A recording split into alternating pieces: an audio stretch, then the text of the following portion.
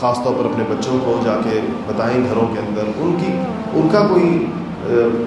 ان مقدسات کے ساتھ، بیت اللہ کے ساتھ، مسجد نبوی کے ساتھ، مسجد اقصیٰ کے ساتھ ابھی نئی نسلوں کی ایک کمٹمنٹ، ان کی ایک وابستگی، ان کا بھی ایک دلی اور قلبی تعلق یہ ان کے ساتھ پیدا کرنے کی ضرورت ہے۔ اگر آج یہ تعلق مسجد اقصیٰ کے ساتھ چھوٹ گیا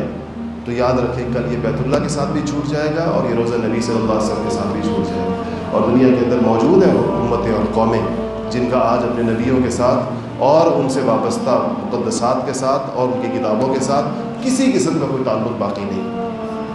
اور وہ اس پر کسی قسم کی کوئی غیرت اور حمیت اور وابستگی کا اظہار نہیں کرتے۔ اگر آپ نے اس میں دیکھنا ہو تو آپ پوری دنیا کے اوپر نگاہ ڈال کر دیکھیں، باوجود یہ کہ اپنے آپ کو ان کی طرف منسوب کریں گے لیکن ان کے حوالے سے کسی قسم کا دل کے اندر کوئی گرمی نہیں رکھتے۔ مسلمانوں کے لیے آج ابھی ان 50 سالوں میں اگر آپ صرف یعنی 1948 سے لے کر یا 1946 سے لے کر ان 70-80 سالوں میں صرف اگر آپ پڑھ لیں کہ مسلم امہ کتنی تیزی کے ساتھ اپنے موقف سے پیچھے ہٹی ہے تو آپ حیران رہ جائیں گے۔ اتنی اس بارے میں جذباتی وابستگی تھی ایک دور کے اندر۔ 70 کی دہائی جن لوگوں نے دیکھی ہے یہاں پر تشریف فرمایا، بہت سارے بزرگ، یہ ہماری بڑی عمروں کے لوگ یہ بتا سکتے ہیں اس بات کہ ہر دفعہ جب بھی بیت المقدس کے اندر کوئی مسئلہ پیش آیا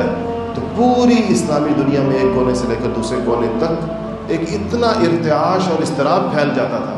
کہ بین الاقوامی دنیا مجبور ہو جاتی تھی کہ اس مسئلے کو کسی نہ کسی درجے میں ایسے طریقے سے حل کیا جائے کہ مسلمانوں کے جذبات ٹھنڈے ہو سکیں، مسلمانوں کے لیے وہ قابل قبول ہو۔ لیکن سچی بات یہ ہے کہ اس دفعہ جب یہ مسئلہ پیدا ہوا تو آپ عرب دنیا میں دیکھیں کس قسم کی خاموشی، آپ عرب حکمرانوں کی خاموشی دیکھیں کس طرح کی، اور اس کے بعد باقی اسلامی دنیا میں عام طور پر اس سے پتہ چلتا ہے کہ وقت گزرنے کے ساتھ جس طرح مسلمان بہت ساری چیزوں کو بھولتے چلے جا رہے ہیں اور بہت ساری چیزوں سے پیچھے ہٹتے چلے جا رہے ہیں، تو اس بات کا اندیشہ ہے کہ مسلمان مسجد اقصیٰ سے بھی اور بیت المقدس سے بھی کہیں دستبردار نہ ہو جائیں، کہیں اس کو اپنا، اور یہ آوازیں بھی اٹھنا مسلمانوں میں شروع ہو گئی۔ مسلمانوں میں بے دینی کی آواز ان کے سیکولر اور لبرل حلقوں سے پہلے اٹھتی ہے، اس کے بعد وہ آہستہ آہستہ ذہن بناتے ہیں باقی مسلمانوں کا، حکومتوں کا ذہن بناتے ہیں، اور اس لیے اپنی نسلوں کو یہ امانت منتقل کرنی چاہیے، ان کو بتانا چاہیے کہ ہمارا بیت المقدس کے ساتھ ہمارا تعلق کیسا ہے، مسجد اقصیٰ کی ہماری عقیدے میں، ہمارے دین میں، قرآن میں، حدیث میں،